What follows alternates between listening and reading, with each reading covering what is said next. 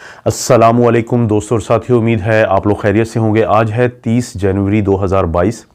गुज़िश्ता 24 घंटों में जो पाकिस्तान में कोरोना के टेस्ट किए गए हैं उनकी तादाद है 64,016 64,016। उनमें से जो मुस्बत केसेस सामने आए हैं वो है 7,978 7,978। और ये जो पॉजिटिविटी की रेशो है ये बनती है 12.46%, यानी 12.46%। बहुत ज़्यादा पाकिस्तान समेत पूरी दुनिया में एक ख़बर फैलाई जा रही है और उससे बहुत ज़्यादा खौफ है। वो जो ख़बर है वो है न्यू कोव के बारे में कि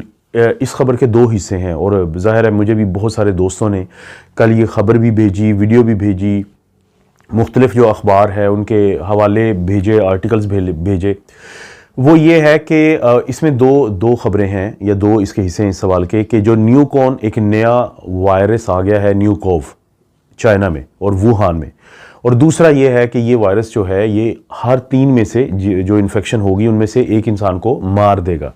ये दोनों खबरें बिल्कुल झूठी हैं और इनका कोई हकीकत से ताल्लुक़ नहीं है।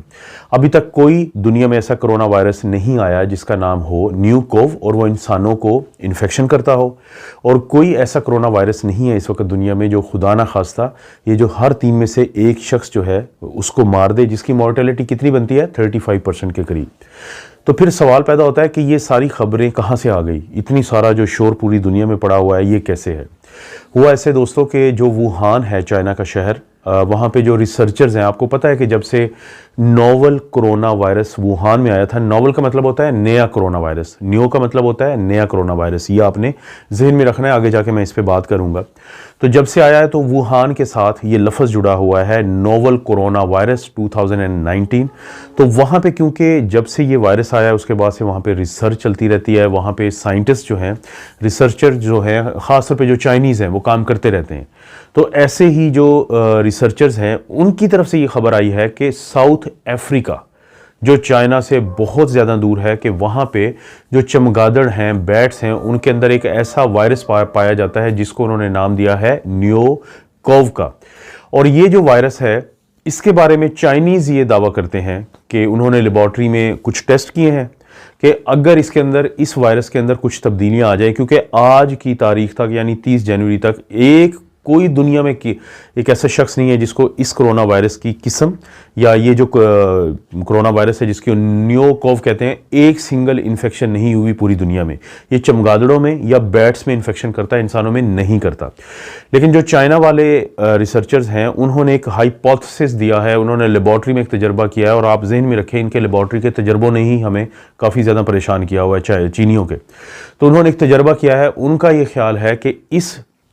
जो न्यू कोव है इसके अंदर कुछ तब्दीलियां हो जाए। कुछ तब्दीलियों से क्या मुराद है कि वो ये कहते हैं कि म्यूटेशन हो जाए। वो म्यूटेशन का उन्होंने नाम भी दिया है T510F।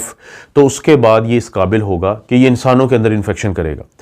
दरअसल उन्होंने हवाला भी दिया है कि जब वो कोरोना वायरस जिसको आज के दौर में हम सार्स कोवी 2 कहते हैं और जिसकी वजह से पूरी दुनिया में गुज़िश्ता 2 साल में इतने ज़्यादा मसाइल ने जन्म लिया है, उनके अंदर एक म्यूटेशन हुई थी जिसको हम कहते हैं D614G। तो उसके बाद से वो चमगादड़ों से इंसानों में उसने जंप किया, तो जिसके बाद से प्रॉब्लम्स बने। लेकिन उसका मैं आगे जाके आपको बता दूंगा कि वो किस वजह से जंप किया था, जिसमें जाहिर है कि चाइनीज़ का बहुत बड़ा रोल है। तो अब एक तो ये है कि इंसानों में कोई एक सिंगल केस नहीं होता, कोई इंसानों में अभी तक न्यू कोव ने इन्फेक्शन नहीं की, ये सिर्फ चमगादड़ों में करता है क्योंकि उसके जो ACE2 रिसेप्टर हैं ये उनके साथ तो अटैच हो सकता है, इंसानों के रिसेप्टर के साथ अटैच नहीं हो सकता। और ऐसे बहुत सारे वायरसेस होते हैं जो वाइल्ड एनिमल्स, यानी जिसको ऐसे यानी चरिंद परिंद के जो इंसानों से दूर रहते हों, तो उनके अंदर ऐसे वायरसेस होते हैं जिनके अंदर ये बिल्कुल सलाहियत होती है कि अगर उनके अंदर तब्दीलियां आ जाएं कुछ, तो उसके बाद वो इंसानों में आ सकते हैं। लेकिन जाहिर है कि वो नहीं तब्दीली आती, तो जिसकी वजह से ऐसा मुमकिन नहीं होता। इस खबर का जो दूसरा हिस्सा है वो क्यों कहते हैं कि हर 3 में से एक इंसान मर जाएगा। इसकी वजह यह है दोस्तों कि जो न्यू कोव चमगादड़ के अंदर जो मौजूद ये वायरस है, इसका ताल्लुक एक ऐसे ग्रुप से है जिसमें पहले इस क्लास का जो एक वायरस है वो इंसानों को मुतासर कर चुका है। उसे कहते हैं मर्स, यानी मिडल ईस्ट रेस्पिरेटरी सिंड्रोम, यानी मशरक़ वस्ता। यानी सबसे पहले ये जद्दा में केस आया, फिर उसके बाद इजिप्ट यानी कतर में, और इजिप्ट यानी जो कायरो है, जो काहिरा जिसको कहते हैं, वहाँ पे केसेस आए। उसके बाद कतर में भी केसेस आए। तो मिडल ईस्ट में इसकी जो वबा है 2012 में आई थी और कुछ केसेस आए थे 2015 में, और अभी तक वहाँ पे जो टोटल केसेस आ चुके हैं वो हैं 2496, और उनमें से 858 जो हैं 858 लोग जो हैं उनकी डेथ्स हुई थी। ये जो मॉर्टेलिटी है ये बनती है 35%, जिसकी बुनियाद पे कहा जा रहा है कि क्योंकि ये मर्स से रिलेटेड है, ये मर्स का कज़न आप कह सकते हैं, तो इसकी मॉर्टेलिटी भी इतनी हो सकती है। ये बिल्कुल ऐसे ही है जैसे किसी पहलवान को देख के आप कहें कि इसका कोई भी कज़न होगा तो वो उतना ही अच्छा पहलवानी करेगा जितना ये पहलवान करता है, जो कि ज़ाहिर है एक हंसी वाली बात है। तो ना तो 3 में से एक इंसान के मरने की बात सच है, और ना ही कि इंसानों के अंदर ये कोई इस तरह का न्यू कोव आया है, ये बात सच है। और एक वजह जहन में इंसान कोशिश करता है कि सोचने की कि ये चाइनीज़ क्यों ये बात कर रहे हैं, जो मेरा एक ख्याल है, जो गलत भी हो सकता है, कि पूरी दुनिया का प्रेशर है चाइना के ऊपर कि जब भी अब ज़ाहिर है कि कोरोना की जो इन्फेक्शन है ये अपने ख़ात्मे की तरफ जा रही है, तो दुनिया ये सवाल जानना चाहती है चाइना से कि ये वायरस जो है कोरोना का, ये कैसे दुनिया में फैला। चाहे तो वो चमगादड़ से इंसानों में जंप किया हो, क्योंकि बहुत पुरानी बात है कि 2007 2012 पूरी दुनिया में आर्टिकल्स छप रहे थे, वो चाइनीज़ को ये समझाते थे कि ये जो चमगादड़ों के अंदर वायरस होते हैं ये बहुत ख़तरनाक होते हैं, और अगर आप बहुत ज़्यादा इनके साथ रब्ता रखेंगे, क्योंकि चाइना में जो ये बैट्स होते हैं, चमगादड़ होते हैं, इनका सूप बड़े शौक से पिया जाता है, ख़ास तौर पे जैसे हमारे हकीम यहाँ पे कुछ दवाइयाँ देते हैं तो उन्हीं मकासद के लिए। तो पूरी दुनिया इनको मना करती थी कि आप इस इंटरेक्शन को, कि चमगादड़ों के साथ जो आपका ये इंटरेक्शन है इसको कम से कम करें, क्योंकि जब बहुत ज़्यादा आप इंटरेक्शन करेंगे तो इन वायरसेस को मौका मिलेगा, या एक किस्म की इनको ये कोशिश करेंगे कि ये इंसानों के अंदर जाएं, और कोई ना कोई नेचुरल ऐसी म्यूटेशन आ सकती है, या नेचुरल सिलेक्शन के ज़रिए एक ऐसी म्यूटेशन हो सकती है कि इंसानों के अंदर आ सकते हैं। तो और यही हुआ जिसकी वजह से पूरी दुनिया में इतना सारा आप देख रहे हैं कि तबाही है।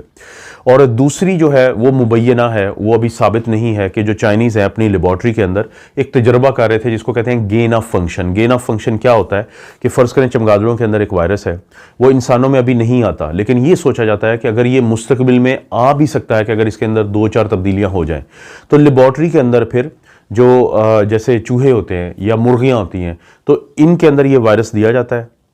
उसके अंदर कोई जीनियाती तब्दीलियाँ की जाती हैं, वो तब्दीलियाँ जिससे डर होता है कि ये इंसानों के अंदर भी आ सकता है। फिर उसके बाद देखा जाता है कि अगर उनमें वो सलाहियत पैदा हो सकती है कि ये उस म्यूटेशन के साथ फैले, तो पहले ही वैक्सीन्स और कोई ना कोई एंटीबॉडीज़ और इस तरह की चीज़ें या दवाइयाँ बनाने की कोशिश की जाती है। तो इसे कहते हैं गेन ऑफ फंक्शन। तो इल्ज़ाम लगता है चाइना पे, जो अभी तक साबित नहीं है, कोई इसका भी सबूत नहीं है, कि जो वुहान में लेबॉरेटरी थी तो वहाँ पे कुछ ऐसे ही तजर्बात किए जा रहे थे, और वहाँ से बदकिस्मती से कोई ऐसा वायरस जो इस हद तक सलाहियत हासिल कर चुका था तो वो इंसानों में एक्सीडेंटली जंप कर गया। ये बिल्कुल साबित शुदा नहीं है, लेकिन ये 2 इल्ज़ाम हैं जो दुनिया में मुख्तलिफ ग्रुप लगाते रहते हैं। तो आप ये कह सकते हैं कि जो न्यू कोव का लफ्ज़ है शायद वो इसीलिए बनाया गया है कि ताकि जो वुहान के साथ नोवल कोरोना वायरस का एक ऐसी बात, यानी बेइज्जती वाली बात अटैच हो चुकी है, तो उससे भी दुनिया की तवज्जो किसी और तरफ की जाए। लेकिन क्योंकि साउथ अफ्रीका में ऐसा कोई रवायत नहीं है कि वहाँ पे लोग जो हैं वो चमगादड़ें खाएं या वो बैट्स जो हैं उनके सूप को पिएं, तो चांसेस यही हैं कि ऐसा कुछ नहीं होने जा रहा।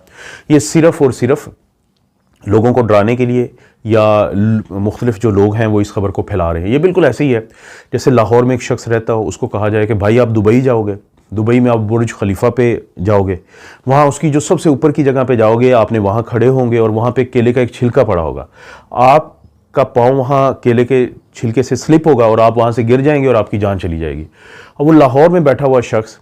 खौफज़दा हो जाए, घबरा जाए, जबकि इतने फैक्टर्स हैं कि वो दुबई जाएगा, उसको बुर्ज खलीफा की उस जगह पे जाने की इजाज़त मिलेगी, वहाँ पे कोई केले का छिलका पड़ा होगा, वो इस तरफ जो नहीं देगा, लेकिन अगर वो खौफ से कांपना शुरू कर दे तो ये कोई अकल की बात नहीं है। तो एग्जैक्टली यही कुछ हो रहा है न्यू कोव के सिलसिले में भी।